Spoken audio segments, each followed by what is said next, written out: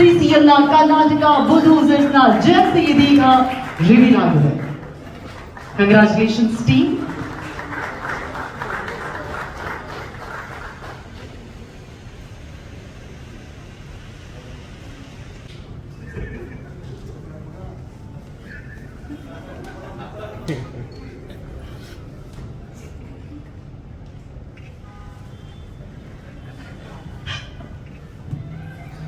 Thank you so much once again. Thank you Sudeep sir, thank you Ashok sir, thank you so much Vishnu sir, thank you. Last year ಇನ್ನೇನು cup ಗೆಲ್ತು ಅನ್ನೋ ಟೈಮಲ್ಲಿ Bengal tigers ವಿರುದ್ಧ ಗೆಲ್ಲೋದು ಅಸಾಧ್ಯ ಆಯಿತು.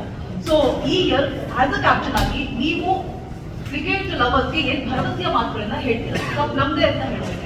ನಾನು ಯಾವತ್ತು ಕಪ್ಪಿಗೋಸ್ಕರ ಆಡಿಲ್ಲ, ಕ್ರಿಕೆಟ್ ಇಷ್ಟಪಡ್ತೀನಿ ಅಂತ ಆಡ್ತಿದ್ದು. ಗೆದ್ರೆ ಗೆಲ್ತೀವಿ, ಗೆಲ್ಲೋದಕ್ಕೆ ಆಡೋದು. ಯಾವ ಟೀಮು ಅವ್ರ ಊರಿಂದ ಸೋಲ್ಬೇಕು ಅಂತ ಆಡಲ್ಲ, ಯಾರು ಹೊರಡೋದೇ ಇಲ್ಲ, ಫ್ಲೈಟ್ ಹತ್ತೋದೇ ಇಲ್ಲ. ಅಂಥದ್ರಲ್ಲಿ ನಾನು ನನ್ನ ಟೀಮ್ ಎಲ್ಲದಕ್ಕಿಂತ ಬೆಟರ್ ಅಂತ ಹೆಂಗೆ ಹೇಳಿದ್ದಾರೆ. They are all great teams and whichever team wins obviously they have done better than the other team, right? Last time Bengal won because they played better than us.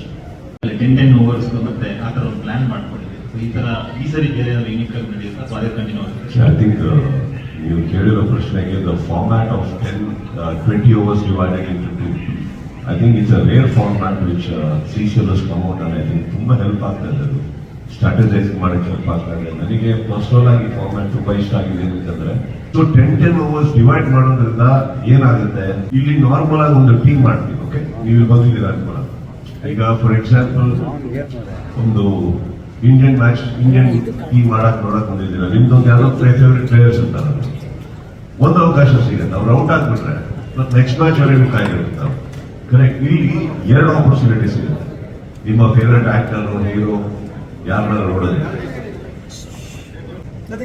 ಏನ್ ಗುರು, ಒಂದು ಟೀಮಲ್ಲಿ 11 players ಅಲ್ಲಿ 7 ಜನ A category ಆಗಿರ್ಬೇಕು, 4 ಜನ ಮಾತ್ರ B category ಆಡಕ್ ಸಾಧ್ಯ. ಫಸ್ಟ್ ಇನ್ನಿಂಗ್ ಅಲ್ಲಿ ನಂಬರ್ 1, 2, 3 ಮೂರು ಎ ಕ್ಯಾಟಗರಿ ಆಗಿರ್ಬೇಕು. ಅದಾದ್ಮೇಲೆ ಬಿ ಕ್ಯಾಟಗರಿ ಬರಕ್ ಸಾಧ್ಯ. But at one particular time 2 B categories cannot bowl or bat together. There has to be 1 A category together. Okay? ಇನ್ನೊಂದು ಬ್ಯೂಟಿಫುಲ್ ಏನಂತಂದ್ರೆ, ಫಸ್ಟ್ ಇನ್ನಿಂಗ್ ಅಲ್ಲಿ ಯಾರು 3 ಜನ ಓಪನಿಂಗ್ ಬರ್ತಾರೋ ಸೆಕೆಂಡ್ ಇನ್ನಿಂಗ್ ಅಲ್ಲಿ ಬರೋಂಗಿಲ್ಲ.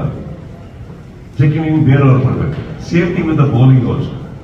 ಯಾರು ಫಸ್ಟ್ 3 overs ಅಲ್ಲಿ ಬೌಲಿಂಗ್ ಹಾಕ್ತಾರೋ ಫಸ್ಟ್ 3 overs ಅಲ್ಲಿ ಸೆಕೆಂಡ್ ಇನ್ನಿಂಗ್ ಅಲ್ಲಿ ಬೌಲಿಂಗ್ ಮಾಡೋದಾಗಿಲ್ಲ. ಸಪೋಸ್ ನಾನು ಹೇಳ್ತಾ ಇರೋದು 3 bowlers ನೀವು ಯೂಸ್ ಮಾಡ್ಕೊಂಡ್ಬಿಟ್ರೆ ಫಸ್ಟ್ ಇನ್ನಿಂಗ್ ಅಲ್ಲಿ, ಓಕೆ, ಸೊ ಅವಾಗ 3 over ಅಲ್ಲಿ 3 ಜನ ಬೌಲರ್ಸ್ ಬೇಕಾಗುತ್ತೆ. Correct?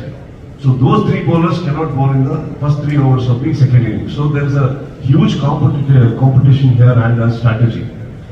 For example, next, hey, silent again. Hello, Marina. Silence, please. So these are the things as a captain we need to hold in mind. And this is one ಬೇರೆ strategies ಬರುತ್ತೆ games. And ಇದನ್ನ actually ಇದರಿಂದ ಏನಾಗ್ತಾ ಇದ್ರೆ ಪ್ರತಿಯೊಬ್ಬರು ನಮ್ಮ ಟೀಮಲ್ಲಿ important ಆಗ್ತಾರೆ. ಇವ್ರ ಕೈಲಿ ಅವ್ರ ಕೈಲಿ ಅವರು 3 ಜನ ಬೌಲರ್ ಸಾಕು, ಈ 3 ಜನ ಬ್ಯಾಟ್ಸ್ಮನ್ ಸಾಕು, ಆ ಥರ ಬರೋದಿಲ್ಲ. It is very important. Everybody needs to practise. For example ನೀವು ಹೇಳಿದ್ರೆ ಫಸ್ಟ್ 3 ಯಾರು ಈ ಸತಿ ಬ್ಯಾಟಿಂಗ್ ಮಾಡಿರ್ತಾರೋ ಆ 3 ಯಾರು ಬರೋಂಗಿಲ್ಲ ಸೆಕೆಂಡ್ ಇನ್ನಿಂಗ್ ಅಂದ್ರೆ ಆ 3 ಜನ ಯಾರು ಬೇಕಾರಾಗಿರ್ಬೋದು. Again they have to practise. So I think I really love this. And again what more, ನೀವು ಇಲ್ಲಿ ಬಂದ್ರೆ you are getting to see your favourite actor once again in the second inning. Suppose he just fails, you are getting an opportunity again. So I think that's a very beautiful thing.